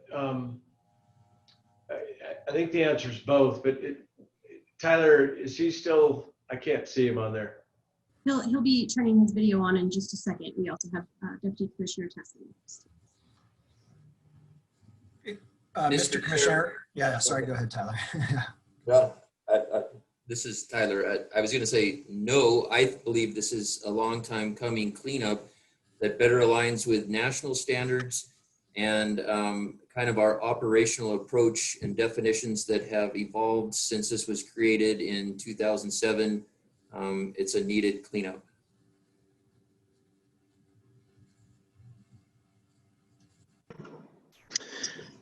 Thank you, Deputy Commissioner. Any other members of the board? Anyone seeking to move any of the items from the consent agenda? Regent Sexton has her hand up. Chair Lozar. Regent Sexton. Thank you, Chair Lozar. Just to clarify as well, I do think that going forward, at least, if we ever leave COVID times, I think it does make sense once students have the choice, once again, whether they wish to pursue education on campus or online. I know that it does require additional resources to develop good distance learning programs. And so I think from that standpoint, the additional fees do make sense. I have been encouraging students to apply for the CARES funds that are available to them if they're suffering from financial difficulties during COVID. I know that tuition is not an item that's being considered for those things. I don't know if fees are, and I know those are all federally mandated items. So just to kind of further reiterate, I think it does make sense long-term. I realize that in the short term, it does sometimes seem, there are students I know who continue to have concerns, but I feel a lot of efforts have been made to address those concerns, and I think that there is relief in place. So, thanks. Thank you, Regent Sexton. Seeing no other comments or no one wanting. Casey. Regent Sheehy has her hand. Okay, Regent Sheehy. Just in case the two honorees are they're in the consent agenda, I did want to give a shout out to both of our honored retirees, and I especially wanted to mention Dr. Hartline. Dr. Hartline has been a frequent panelist here, and I have delighted every time she came to the podium with her forthright and informational presentations. So Dr. Hartline, thank you for all your work. We really have appreciated you here at the board, and I'm sure at Montana Tech. Thank you, Regent Sheehy. Do any other members of the board have any other comments on the consent agenda?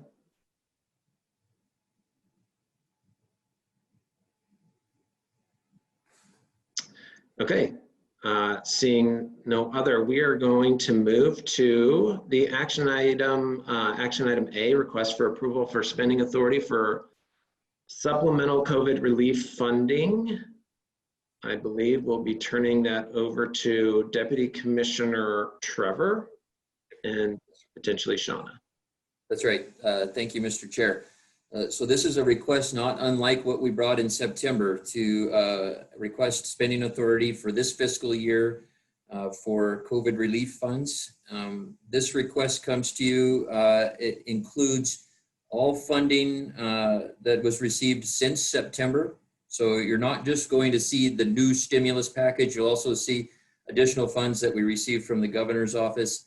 With that said, I'm going to hand it over to Shauna Lyons, our Director of Budgets, to walk you through these funding requests. Thank you, Tyler and the board. So a lot has happened since September with all of the COVID relief funding that we've received.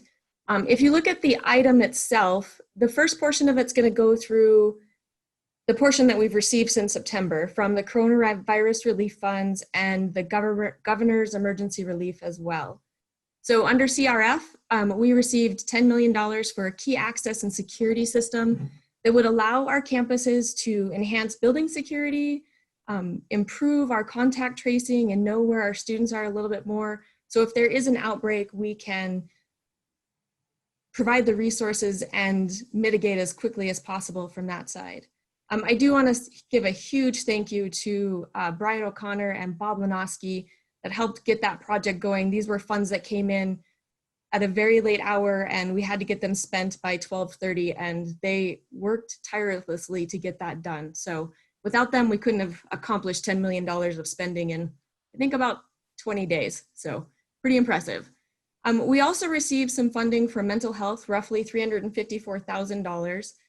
This provided funds to get an application going for our students so that if they're having distress issues with mental health, they have a resource available to them, even when they're not on campus. We know that we have services on campus, but we know most of our campuses, or most of our students, are not on campus right now. So just resources for them to help them through these transitions of COVID.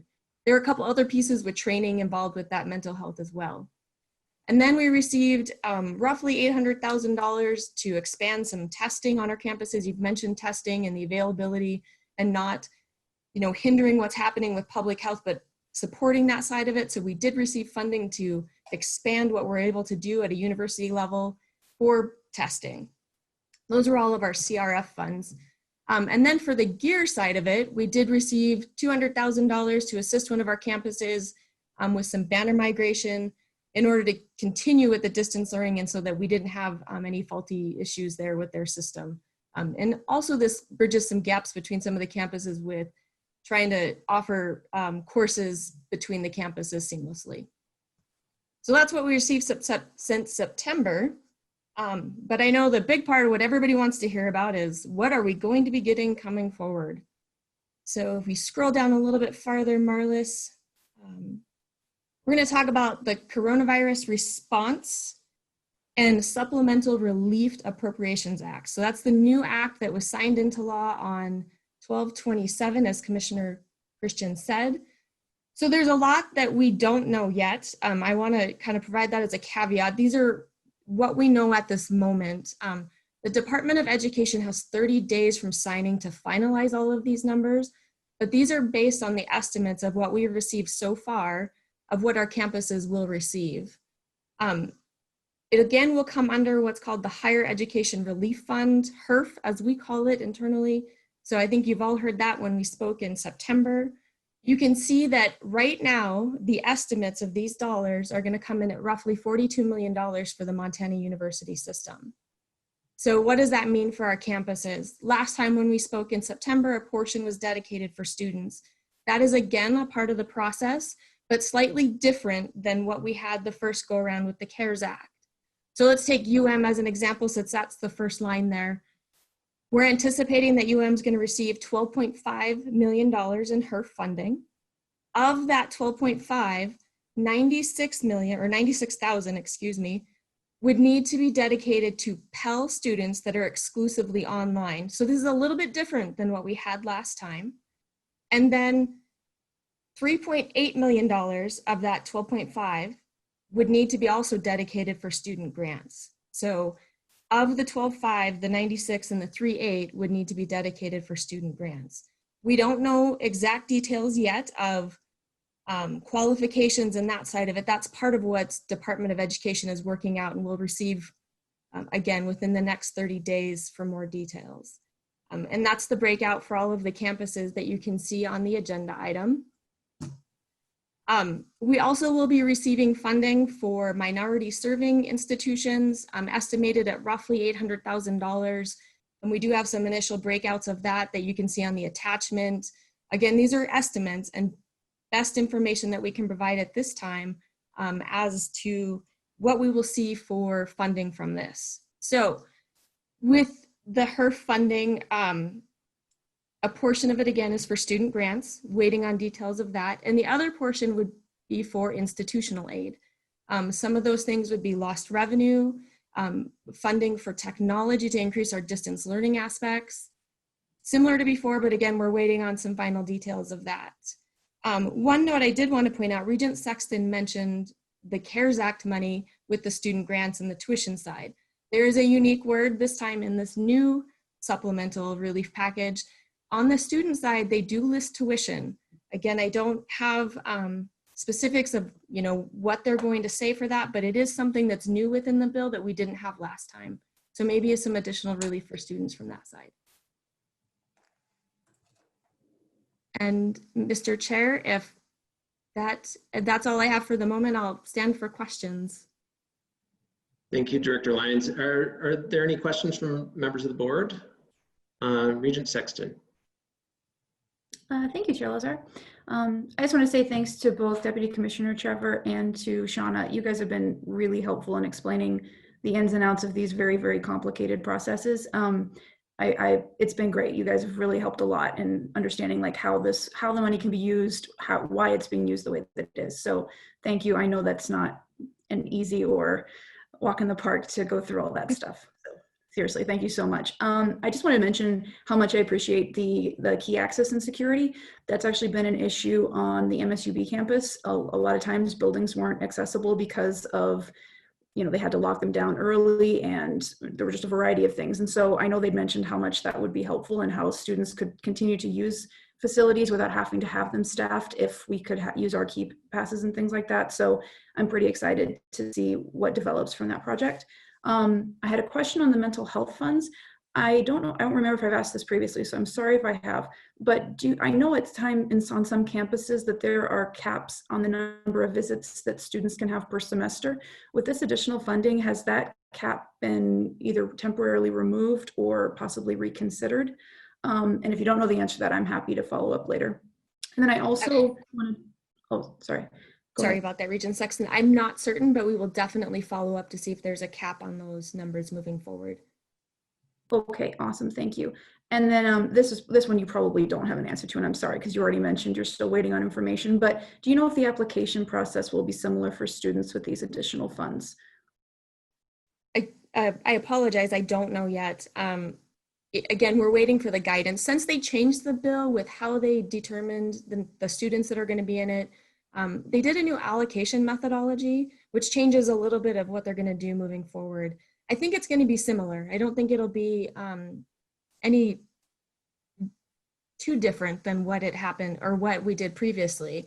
Again, it'll just be kind of what they recommend for guidance on the types of students that they want priority set to, and that's kind of more of what we're waiting on. Okay, again, thank you so much. Mm-hmm. Thank you. Any additional questions? Regent Sheehy. A question about the process. Sounds like you had to do this very quickly, and I know it doesn't sound like much of a problem to spend $10 million in 10 days, but as someone who had to use up my account for medical things and tried to buy 4 pairs of glasses on December 31st, I understand the problem. What I wondered is, are the campuses bought into the formula? Are we going to have any grousing about the allocation? Or, are there complaints? Is there anything we need to resolve, or are we okay with the campuses and the allocation? Regent Sheehy, I think we're all good to go on that side. What we did is we had all of the campus provide us with the number of doors that they needed changed for the key access system. And then we went through and based on the amount of funding that we had and what it was going to cost per door, tried to do our best to get the allocation out. Some of our campuses did get enough funding for 100% of their doors. Only 2 campuses are a little bit shy of that, and that would be MSU and U of M. But we were able to adjust and actually increase the number of doors towards the end just because some of our prices were coming in lower than we initially anticipated. It's still a significant number. Roughly 80% of their doors will be completely converted over for UM and MSU.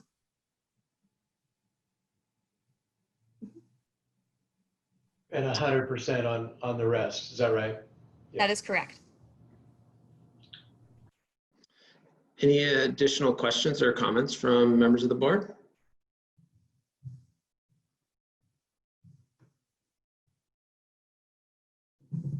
I don't think there are. I guess my only comment would be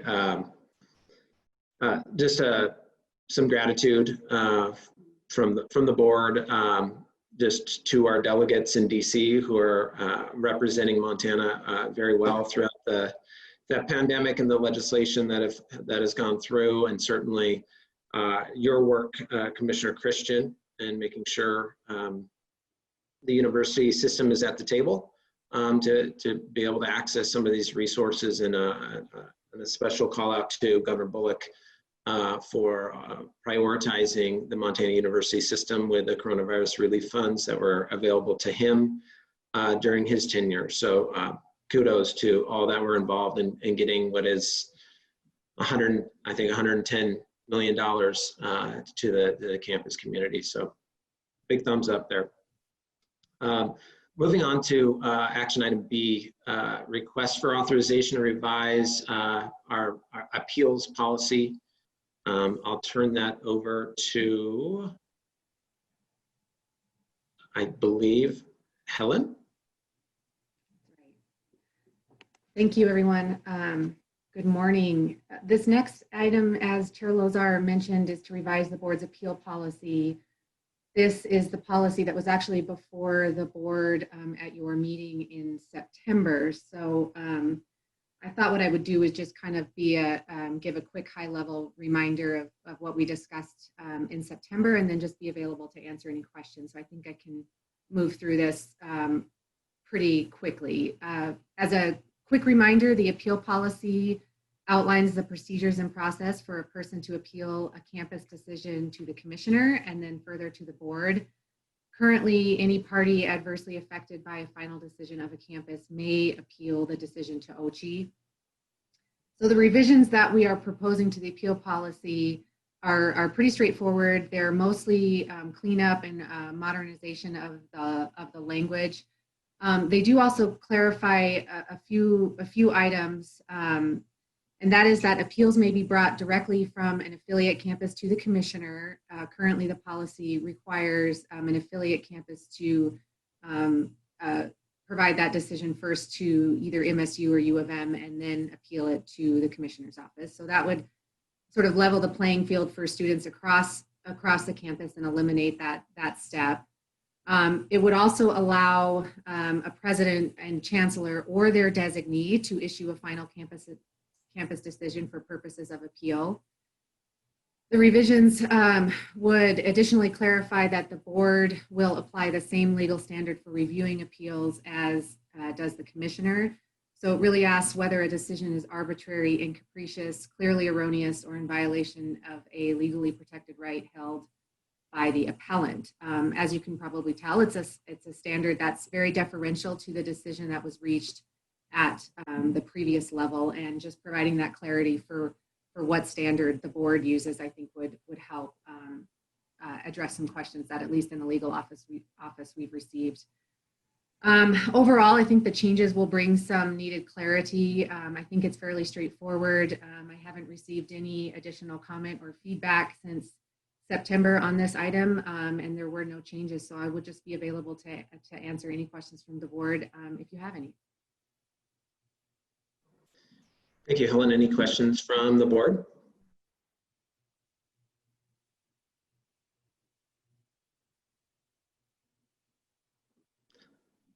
Not seeing any questions. Thank you for your work on this, Helen. Adding some clarity and consistency to this important policy. Let's move on to action item C, request for authorization to remodel level 4 the Mansfield Library. I don't know if Director Muffick is on, or Deputy Commissioner Trevor is going to take this one. Yep, I'll take it, Chair Lozar. This is Ron Muffick. Chair Lozar, members of the board, this item, action item C, request for authorization to remodel level 4 of the Mansfield Library at the University of Montana, Missoula. Authorizes the University of Montana to expend up to $2.5 million to remodel level 4 of the Mansfield Library. This authority is for an amount greater than $350,000, which requires board approval per board policy 1003.7. The project will provide space for the Defense Critical Language and Culture program, which is currently housed in private leased space. This is a program focused on teaching defense critical languages. It's proposed that the Global Leadership Institute also be relocated to level 4 as part of this remodel.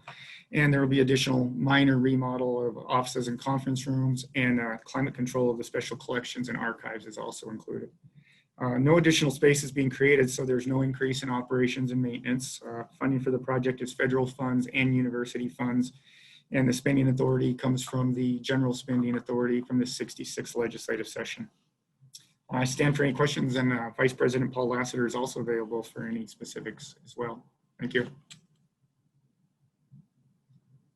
Thank you, Director Muffick. Any questions for Director Muffick?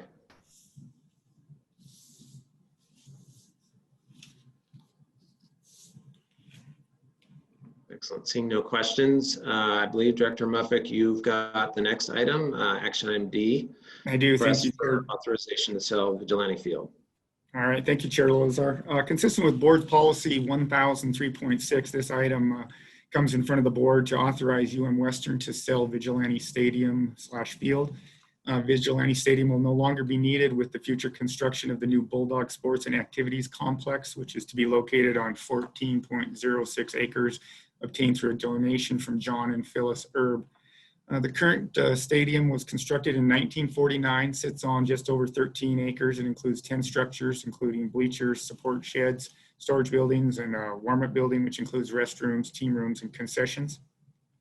As I said, Board Policy 1003.6 states that this needs to come in front of the board.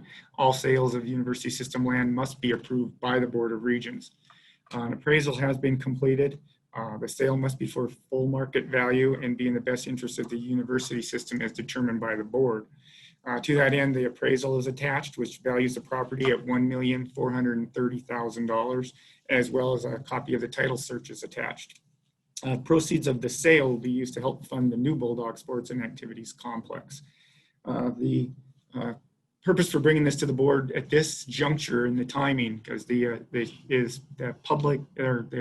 University of Montana Western is looking to begin discussions with a public entity to purchase the stadium.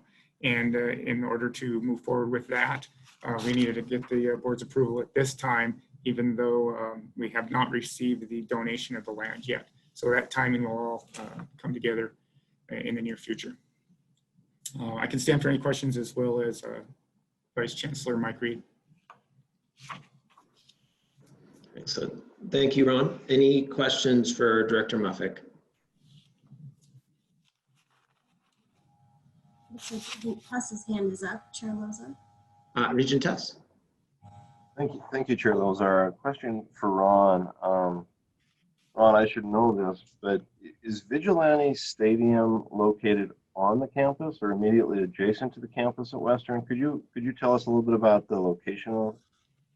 Mr. Chair, Regent Tuss, Vigilante Stadium is actually located right by Beaverhead County High School, and it's off campus then. So it's right by the high school, down the street from the campus. And does the high school currently use that as well for their football program? Mr. Chair, Regent Tuss, yes, they do. Okay, thank you. Thank you, Regent Tuss. Any additional questions? Chair Lozar, this is Regent Rogers. Regent Rogers. Thanks so much. Just a process question. If ultimately a bid comes in for the sale that's under the appraised value, what's the process through which things proceed? Mr. Chair, Regent Rogers, not quite sure I understand the question. Did you say if it comes in under the appraised value of the process? Correct. So I'm just trying to understand if a buyer does come to the market but is offering less than the appraised value, what's the process through which these things are negotiated? That's where the negotiations would take place between Western and the other entity, including the university system office here at the Commissioner's office. And a final determination would be from the Board of Regents, and you would have to determine if it's in the best interest of the university system to continue with the sale. Thank you. And given that the proceeds would be going towards the construction of the new site, is the expectation that, if the sale does come in under the appraised value, that the foundation would be making up the remainder of the cost of the construction? Mr. Chair, Regent Rogers, that is the assumption. The new construction right now is estimated at about 4.5 million. I believe 2 million has been raised thus far. So if you add another 1.4, we'd be looking at 3.4 with the foundation needing to continue to fundraise for the other 1.1 million. So that has been part of the consideration so far. Thank you so much.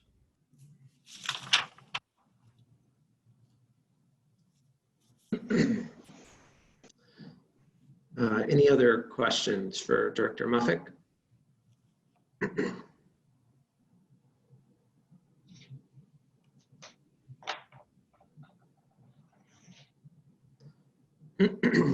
Okay, not seeing any questions or hearing any questions. That concludes our action agenda today.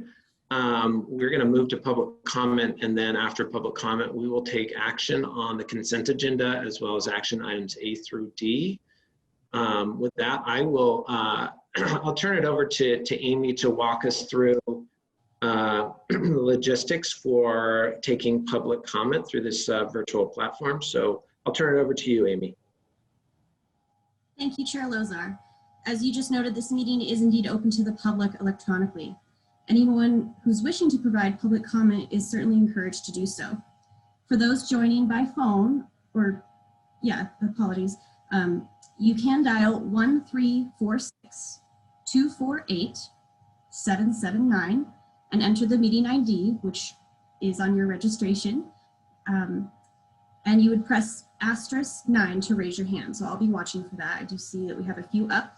For those joined via the Zoom system through a computer, please use that raise your hand feature found on the lower bar on your screen. The host here will lower your hands in order and unmute your lines to give the individual a chance to give their full name for the record and share their comment. A friendly reminder that public comment can also be sent to me via email, and that will be shared with the board immediately and included as part of the official record. So let's see. We do have a few people with their hands raised. Chair Lozar, with your permission, I'm happy to unmute them and advance. Yep, let's go ahead and start with public comment. Thank you. Looks like President Karras, if you would please share your comments.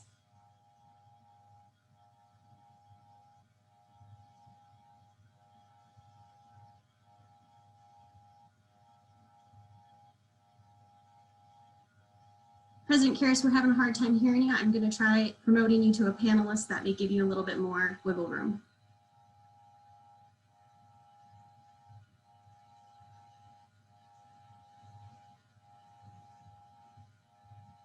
Here she comes now.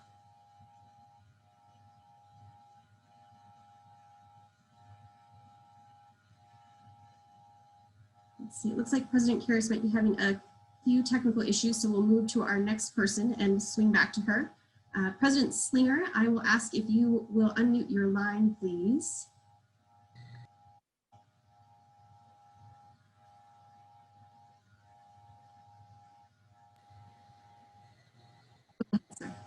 Sorry. Good morning, everyone. Good morning, Chair Lozar, Board Regents, Commissioner. Thank you very much for taking our comments. My comments really are on House Bill 67. I think it's fair to say that the 3 community colleges are not necessarily in favor of the funding formula as it's moving forward. There's several things. It's truly not a base plus model. It is purely an FTE driven model, and which is, as you know, extremely dangerous with the fluctuations that could occur. And that is very troublesome to us. It does not give us a base to work off of, like the current formula that provides a 70% base off of the fixed expenses. So the fluctuations over 30%. This actually could drastically, depending on the enrollment that occurs. So the second part is we have strong concerns also about being tied to a K-12 funding formula. K-12 has very stable and consistent enrollment. That's not always the case at a community college. Because of the stable and consistent enrollment that occurs at at K-12, their inflationary factor is much lower than what you normally would see. It'll be anywhere from 0.8 to a high of 2%. That inflationary factor is based on the fact that they have such stable enrollment. To tie us to that same type of inflationary factor, we feel is incorrect. We also, quite frankly, I can't imagine any other higher education institution being excited about being tied to K-12 as far as inflationary factors. So we find that very troublesome also. We appreciate the fact that the formula does try and incentivize things. The current formula they're talking about is trying to incentivize CTE, and we're appreciative of that. But I think that it is still important to note that that inflationary factor of the CTE will still never make up for the initial investment cost to start a CTE program. There's still, so at Miles Community College, as you know, we've started a meat processing program. I could never have come up with the $300,000 we needed out of the additional per FTE inflationary component that they have built into this formula. In fact, in order for us to move forward, I had to assure my board of trustees that I would raise the $300,000 independently from the community and from businesses, therefore not putting any pressure on our general fund, which I'm happy to say we raised about $200,000 of that so far to allow us to move forward with funding for the first 2 years of the 3-year startup of that program. Again, we're appreciative of the ability to give input, but we're not nearly as excited about this new iteration of the funding formula. So thank you so much for the opportunity to speak. I greatly appreciate it. Thank you, President Slinger. I appreciate your comments. Amy, who's next in the queue? Thank you. So we have had nobody else raise their hand, but I would like to circle back to President Karras and see if she is able to still give her comment. President Karras, are you with us? And it looks like she's having some technical issues. I can see that she's joined and her audio is on, but we're unable to hear her. So I'm going to ask that she just step out of the meeting and come back in, or to see if we can get her comment that way, which she's doing right now.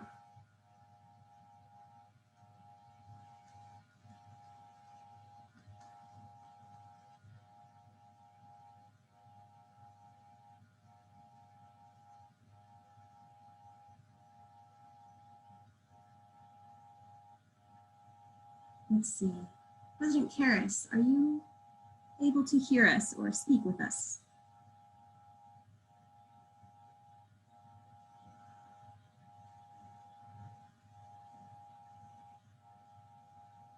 Let's see. And I apologize, I'm not sure why it is not working. Chair Lozar, we could certainly invite her to send her comments written and share those with the board, or try to have her log out of the system entirely and rejoin, whatever your pleasure. Yeah, Amy, I think probably the best thing to do is if President Karras could provide some written comments, and then we can move forward to the next item on the agenda. So I apologize, President Karras, for the technical difficulties. We do look forward to receiving your written comments. And Amy, does that conclude our public comments? It does, Chair Lozar. Thank you. Okay. Wonderful. Excellent. We are going to go back into the agenda, and we are going to take action on the items that we have in front of us. Let's see. If you could go to the consent agenda, just slide up a little bit.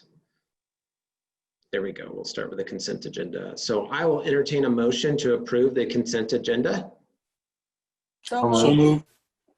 Moved by Regent Nystuen. Is there any discussions or corrections from members of the board? Is there any discussion or corrections from campuses? If so, please use the raise your hand feature or dial *9 if joining by phone. Is there any discussion or corrections from campuses? Is there any public comment? Is there any public comment? Please use the raise your hand feature or dial *9 if you're joining by phone.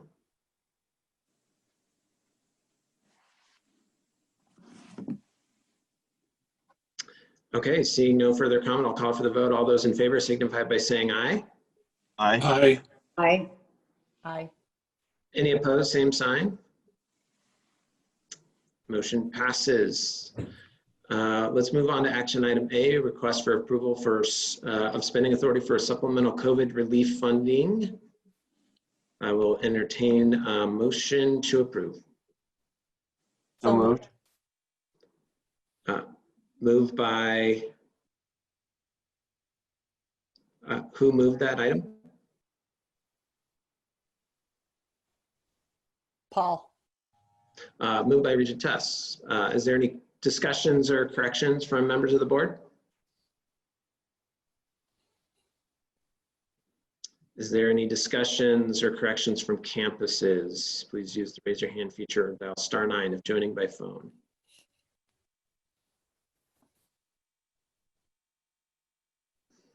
Is there any public comment? Any public comment?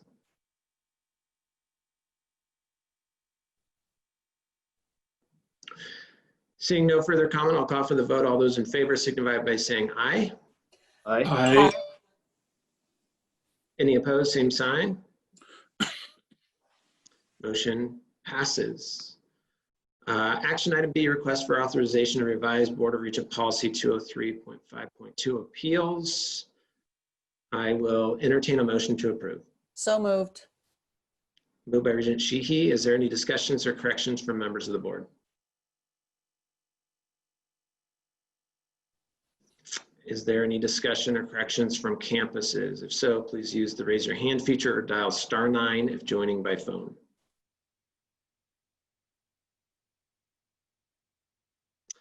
Is there any public comment? Any public comment?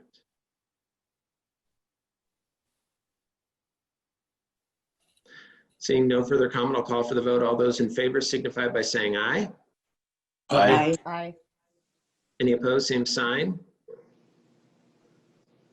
Motion passes. Moving on to action item C, request for authorization to remodel level 4 of the Mansfield Library, University of Montana. I will entertain a motion to approve.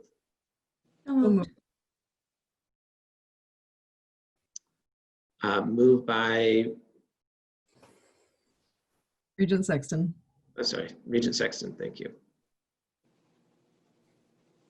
Is there any discussion or corrections from members of the board?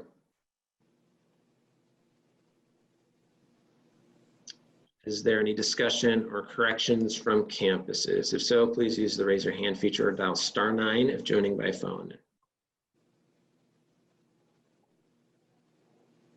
Is there any public comment? Any public comment?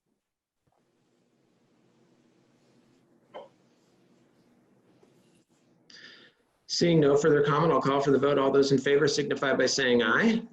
Aye. Aye. Any opposed, same sign.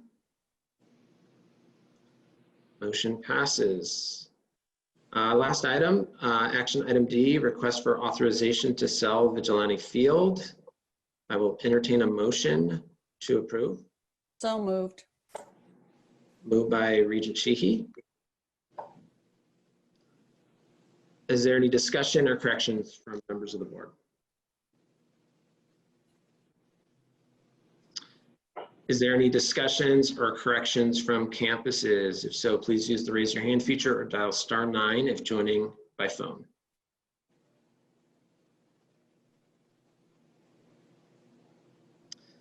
Is there any public comment? Any public comment?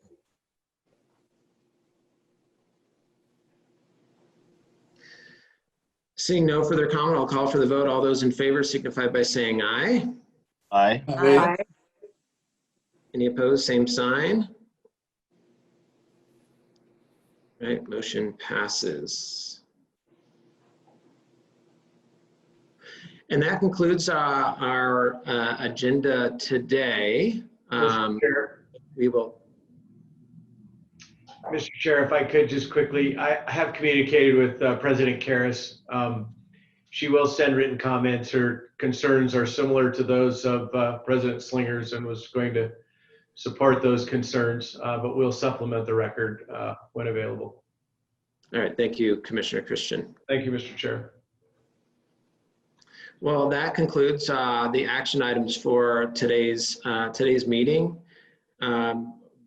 We will be moving into executive session, and the next items on the agenda will take up an executive session, and the meeting will be closed because the discussion relates to matters of individual privacy, and I've determined that the demands of individual privacy clearly exceed the merits of public disclosure. And before we transition to the executive session, I wanted to turn it over to a departing member of the Board of Regents, Regent Sheehy. I know we had the opportunity to share some perspectives and insights and gratitude for Regent Sheehy's service to the Board of Regents and service to the state of Montana back at our November meeting. I think we all had the opportunity to thank you, Regent Sheehy. I think you're, I think I shared that to me, you're that much smarter older sister who always brings up the points that everyone is thinking and asks them really difficult questions and really pushes the board, have pushed the board over your tenure on the Board of Regents. And we really appreciate you serving as a model to all of us of what a really strong and effective board member can be, Regent Sheehy. So I'd like to give you some time to provide any final remarks that you might have for your last public meeting. Thank you, Chair. I want to end my service to the board where it began, which is with an unwavering commitment to Montana higher education. My family it's been the great elevator in my family, the Montana University system. My parents, both first generation students, met on the campus of the University of Montana in 1940. And I think most of you, having served with me for 7 years, know the result of that meeting. Not only did they get a great education and had wonderful career opportunities, they had 11 kids who also benefited from the Montana University system. I think if you count them up, we have over 20 degrees obtained amongst us. 9 of us still live in the state. We like to think we contribute to the state. All of that stems back to the education we received in the Montana University system. I met my husband through the Montana University system. He's a recipient of this system and a great contributor to the life, not just of our state, but of our nation. I've benefited greatly from my education, and now my kids are being educated in the Montana University system. So I think you can see not just the impact of Montana's university system on an individual, but my family is a great representation of the ripple effect of life within our university system. Quite simply, there is no me without the Montana University system. It all began and ended with the Montana University system. So when I got the call to serve on this board, that was my commitment, was to this system that has given so much to me and so much to my family. Every blessing in my life traces back directly or indirectly to my education. I've had a wonderful career, I've had a wonderful personal life, and that's where it starts. So I want to preserve that opportunity for every other kid in Montana who doesn't know if they can go to college, who knows she can go to college. Whatever the situation, you can gain so much from this system. And I end here today by saying that in the 7 years that I've been here, I may have disagreed about a few things with a few people, but I have never once questioned the commitment of anyone I've met on this board, at OCHI, on the campuses, the commitment to the university and to the goal of higher education. I haven't doubted it for a minute. So thank you for allowing me to serve with you. Thank you for allowing me to have this 7 years to give something back, I hope, to the system that's given so much to me. Thank you. Thank you, Regent Sheehy. Thank you, Martha. You're welcome.